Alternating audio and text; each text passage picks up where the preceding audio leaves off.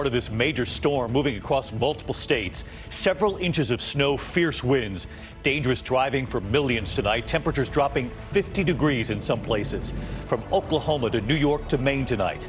Also tonight, the impeachment showdown, what we've now learned about the televised testimony in front of millions, and what President Trump is now telling Republicans about defending him. The urgent hunt tonight for a former U.S. Marine on the run, considered armed and dangerous, wanted in a deadly shooting last seen on this surveillance. The massive house explosion tonight, authorities had been called to the home beforehand. The ABC News exclusive tonight, the 13-year-old survivor of that horrific ambush in Mexico, the boy who walked 14 miles for help for his family, revealing what his mother told him in her final moments. Your money and breaking news tonight involving Apple amid backlash over its new credit card. Allegations the card discriminates against women, in some cases, husbands and wives, husbands given higher credit limits than their wives. And tonight, we honor our nation's veterans. From the veterans we met in Normandy this year to the men and women who have served in Afghanistan and in Iraq. Tonight, the message to the generations of veterans who came before them. This is ABC World News Tonight with David Muir. Good evening, and it's great to have you with us here as we start another week together. And we begin tonight with the frightening moments today for passengers on board that plane at Chicago's O'Hare Airport. The plane going off the runway, all part of the major storm on the move tonight.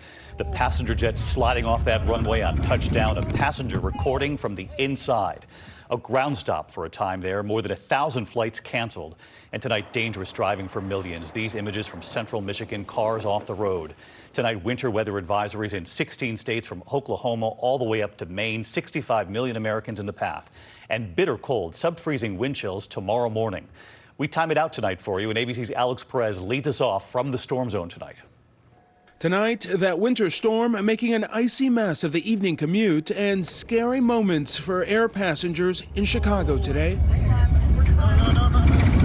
An American Eagle flight from Greensboro, North Carolina, landing on an icy runway at O'Hare. I think we landed. Emergency alert. Have an aircraft that slid off the runway.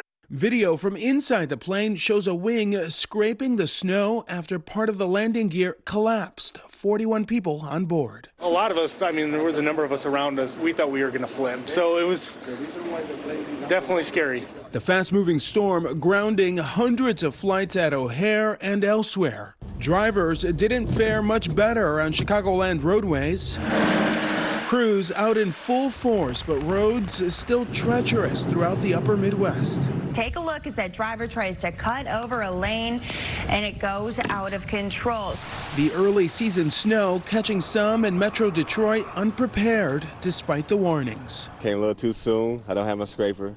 I don't know where my boots are.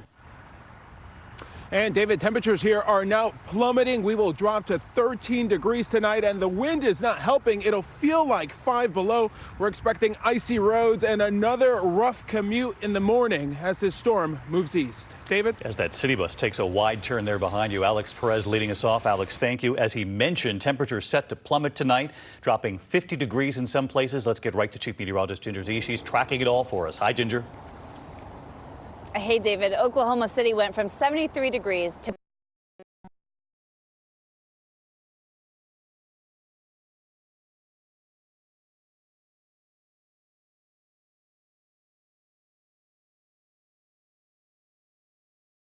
hours. So you know coming, and with it will come snow in some places. Why you've got those winter weather advisories from Missouri and Kentucky right up through New England. Lake enhancement is going to be part of the problem, where you end up with 6 to 12 inches, or part of the great thing. A lot of people love this snow in this early season hit. It will start as rain for most of the coast tomorrow morning. By early afternoon, a flake of snow or two is going to try to mix in.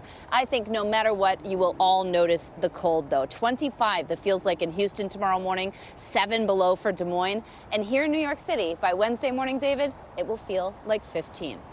All right, Ginger Zee with us tonight as well. Thank you, Ginger. We're going to turn next this Monday night to the impeachment showdown. New transcripts released just today from those closed-door hearings. But tonight, the president and the nation now getting ready for televised hearings. Millions of Americans will be able to watch the questioning, and Democrats say they'll begin with their star witness, a West Point grad, a Vietnam vet, and President Trump tonight and his message to Republicans on how to defend him. ABC's Mary Bruce up on the Hill. Tonight, Democrats are preparing to make their case to the American people. This is a very simple, straightforward act. The president broke the law. Democrats plan to lead with their strongest witness, Bill Taylor, the top U.S. diplomat in Ukraine. He's told lawmakers it was his, quote, clear understanding that Ukraine would not receive nearly $400 million in military aid until they agreed to investigate the Bidens. Over the weekend, Republicans releasing their own witness list, including Joe Biden's son Hunter. But Democrats have the final say, and Chairman Schiff warns the hearings will not serve as vehicles for any member to carry out the same sham investigations into the Bidens. He also opposes Republican efforts to call the anonymous whistleblower who sparked this impeachment inquiry. If they don't call the whistleblower in the House, this thing is dead on arrival in the Senate. Schiff says calling the whistleblower would be redundant and unnecessary. Tonight, Republicans' defense of the president is evolving. I believe it was inappropriate. I do not believe it was impeachable. But Trump is not on board with that defense, insisting his call with the Ukrainian president was perfect. Tweeting, Republicans, don't be led into the fool's trap of saying it was not perfect but is not impeachable. No, it is much stronger than that. Nothing was done wrong. Still, some Republicans are withholding judgment. If it can be demonstrated that the president asked for and had the requisite state of mind, that the president asked for an investigation of a political rival, that's over the line. So over the line, does that mean impeachable? Yeah, probably. Let's get to Mary Bruce with us live on the Hill. We've heard from many Republicans, their varied lines of defense on this. And Mary, what do Democrats hope for right out of the gate this week? Well, David, they are looking to outline their case for why they think the president abused his power by questioning these three career State Department officials, people who have worked for both Democrats and Republicans. And they are going to share their deep concern with how this administration was approaching relations with Ukraine and the pressure that was being put on that country. David. Mary Bruce tonight. Mary, thank you. And Mary, I know you'll be there with us. I'll be joining George and the entire team for live coverage of the House impeachment hearings Wednesday morning, 10 a.m. Eastern, right here on ABC. In the meantime, we move on tonight into the hunt for a former U.S. Marine considered armed and dangerous, wanted in a deadly shooting. Michael Brown went AWOL from Camp Lejeune last month, caught on surveillance at a store in Franklin County, Virginia, over the weekend. Here's ABC's Steve Osunsami. Virginia authorities tonight warn that this former Marine, who's on the run from the law, is likely armed with a high-powered rifle he well knows how to use. 22-year-old Michael Alexander Brown, seen here on a security camera, is accused of killing his mother's 54-year-old boyfriend on Saturday at the boyfriend's home south of Roanoke, Virginia. So far, police aren't sharing a possible motive. You just don't think about that happening in your neighborhood. Authorities say that the former Marine was a combat engineer at Camp Lejeune in North Carolina until he deserted his post around the 18th of October. They also say he knows his way around national parks and was recently seen driving a black Lincoln Town car with North Carolina plates. Police tonight say he is wanted on second-degree murder charges. David? Steve Osunsami, thank you. And now to the horrific and deadly ambush of Americans in Mexico. And tonight, just a short time ago, the FBI now confirming they will assist in the investigation. Mothers and children ambushed and killed. And for the first time right here tonight, we are hearing from that 13-year-old boy who walked 14 miles for help. What he says are the last words from his mother. ABC's Tom Llamas again tonight. Tonight, that 13-year-old boy credited with helping save his brothers and sisters, opening up about the deadly ambush in Mexico and what his mother said when the shooting started. To get down right now, she was trying to pray to the Lord, and she's trying to start the car up to get out of there. In an exclusive interview, Devin Langford and his father David telling us about the attack that took the lives of his mother and two little brothers. They just started hitting the car at first, like with a bunch of bullets. The family believes the killers work for the drug cartels. Devin even remembering the weapons they had. Yeah, they were big guns, and they were wearing masks. Afterwards, they got us out of the car, and they just got us on the floor, and then they drove off. The children tried to flee, but as you see from this video, later inside a hospital, most were too wounded. But the walk took several hours, so the kids sent out their 9-year-old sister, Mackenzie. That was kind of taking too long, because I was kind of hiding some of the time. Devin eventually getting help. To be honest with you, my boy's a hero simply because he gave his life for his brothers and sisters. And like so many, he has the same question for the killers. I'd say, why? Just why would you do that? And tonight, a major development in the investigation, the Mexican government asking for the U.S.'s help, and now the FBI telling us they are getting involved and that they will, quote, help bring justice to the perpetrators of this heinous act of violence. David. Awful story, but good to have you back from Mexico. Thanks, David. Thanks, Tom. The images from overseas tonight as Hong Kong now braces for new chaos after a day of escalating violence there, more than 260 arrests. A police officer struggling with a protester there, firing his weapon, one demonstrator in critical condition tonight. And protesters arguing with a passerby, dousing him in gasoline, setting him on fire. Back here at home tonight, and we mark this Veterans Day, honoring our veterans from World War II to the Korean War, from Vietnam to Iraq and Afghanistan.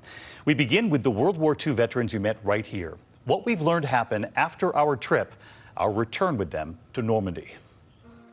It was earlier this year we documented those World War II veterans from all over America, returning to the beaches of Normandy 75 years later.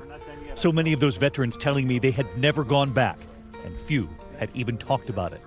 We'll never forget what Harold McMurrin of Alabama told us. In many ways, it's difficult to come back.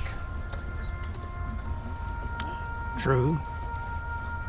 In fact, this is my first time back, and I came within, I'm going to say, 1 hour of not coming back. The veterans hand in hand, and strangers walking up to Onofrio Zakari, originally from Geneva, New York, to say thank you. Thank you for everything you guys did for your service. Thank you. 75 years after the bloodshed. This whole beach, whole section, as far as the eye could see, was just men. Coming ashore, coming ashore. Unbelievable. And it was Nono who had one more wish. A lot of graves. Look at all the crosses, oh boy. To find the grave of the friend he lost, holding the photograph of him standing before his friend's grave so long ago. 75 years later, he found him, Donald E. Simmons, who died on June 6, 1944. What he did not know was that back in the U.S., in Syracuse, New York, that fallen hero's family was watching. And they were moved that Nono went back to honor their loved one. And they would connect when he came home. There he is. I'm Marie, Dan's sister. And I'm pleased to meet you, Mr. Nono. I'm Doris. I'm Don's oldest sister. I'm Eleanor Simmons, and I was his sister-in-law. I'm Bernie Simmons. I'm Don's brother, only one left. See the picture? Definitely, yes. Yeah, that's him. Yep, that's him. A few months after they met over the phone, they were about to meet in person. Nono traveling to Syracuse to meet the family of his fallen comrade. Our station WSYR right there. Applause from strangers at the airport. Nono about to meet the Simmons family. What do we got here? They were lined up, waiting to shake his hand. I'm Nono. When we landed, we were 19-year-old kids landing on the shores of France. And within a half an hour, we became men. We have traveled all over the world this year to Afghanistan, where we met the current generation serving their country. Lieutenant Colonel Jill Moss from Coudersport, Pennsylvania. Her family back home. She speaks Dari with the Afghans. You're able to form better relationships with them. Captain Carly Costello from Marietta, Georgia. I remember 9/11. I was in 7th grade when that happened. And we traveled to Iraq, where they are still fighting ISIS. How important is it that folks back home know what it is you guys are all doing? I think it's critical, certainly, knowing the support, that we have the support from the folks back home. It means a lot to everybody here. Captain Craig Dolhigh from Pittsburgh, Pennsylvania. He told us he just got engaged. Fiance got engaged right before we came out here. So I imagine she's waiting for you to come home. Yes, sir. What's her name? Emily. Tell her we thank you for your service. Yes, sir, I will. Sergeant Caleb Hall from St. Charles, Illinois. His wife, his little boy, back home. Does he understand? Does he have any understanding of where it is you are? Yeah, he does. He knows why we're out here. And we remember Major Vaughn Wright and what he told me. Be home in time for the holidays? I'll be home in time for the holidays. Yeah. I look forward to it. Not that you're counting or anything. No, of course not. Yeah, well, we're glad you're going to be home in time. Thank you so much. Say hi to those kids. Thank you so much. Tonight, Major Wright sending us these images with Sean and Olivia and his wife, Rosie. He's back home for Thanksgiving.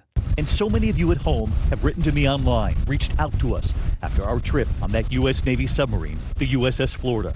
They see so little sun. But the best place is right now on top, right? Yeah. Yes.